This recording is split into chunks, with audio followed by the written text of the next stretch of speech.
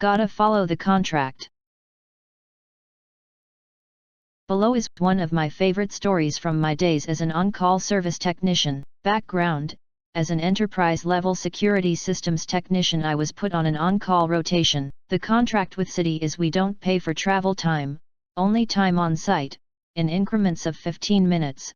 Company pays me minimum 3 hours to no matter what. Story time: it's Thursday of the first spring long weekend, it's 5 p.m. and I'm just about to leave the office. We got a call from the city for a water treatment plant way out on the most eastern part of the city. On a normal day this drive is 1.5 hour, on a long weekend it's 2.25 hour.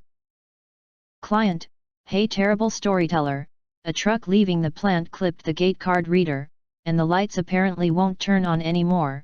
We need you to fix it. I ask the client, have you had mobile guard dispatched to test the unit? It's a long drive on a long weekend for something that may be able to wait until Monday or not even be an issue. Sorry, he left for long weekend, and guards are busy at another site. TC says you gotta attend today. Sorry dude. After 2.5h in brutal traffic, I get to the site, check in with the dispatch and find that no one has tried to get into this gate for over 24h. Not one person has even tried to use the gate.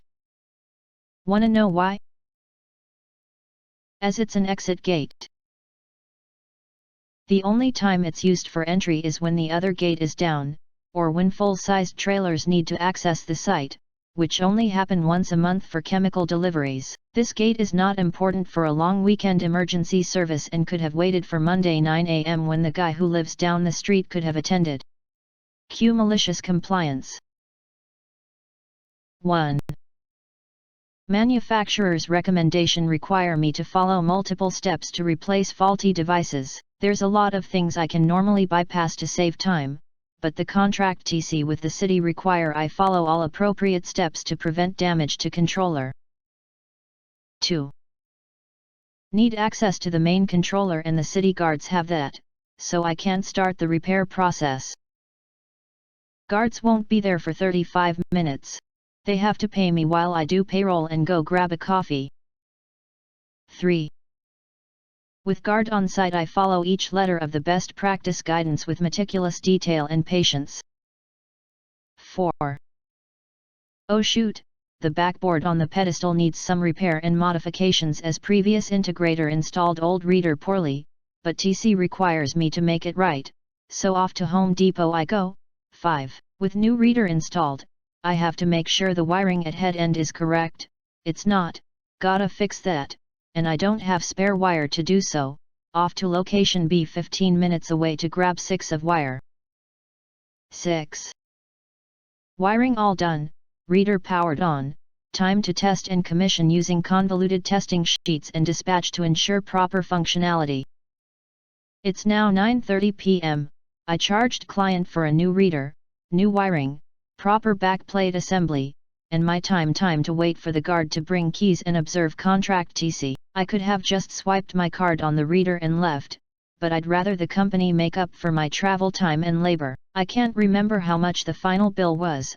I wanna say something like $1,000, but thanks to my notes on the worker, City paid in full. Now to the comments. Sorry to spoil your satisfaction, but $1,000 is close to nothing for structures like that, and they'll 100% do it again next time. OP replied. Absolutely agree. In a response to the another comment in the thread, I detailed how me following the TC turned a loss for my company into a win. At the end of the day $1,000 isn't much, but it kind of set a precedent of making sure the city staff does their due diligence going forward. The more calls I did the more they got in trouble. Another example from I swear 4 weeks later 3 a.m. we got a COMM fail from water plant X. I attend site, no power to the site, the security system online and functioning but the network, owned by city, was dead, ups died. When I checked the security panel, the system supervision for battery and AC power was not wired up. So, I did that while I was there. I made a note and sent an email to the security managers to add supervision to the city standard installation guideline. This way, you get advanced notice that when power fails to a site, you know about it long before the site is dead in the water. These two calls really revamped the on-call process for the city and put more onus on them to follow so PS to save money, taxpayer dollar, so, I want to say it made a difference. Sounds like you've made a process much better.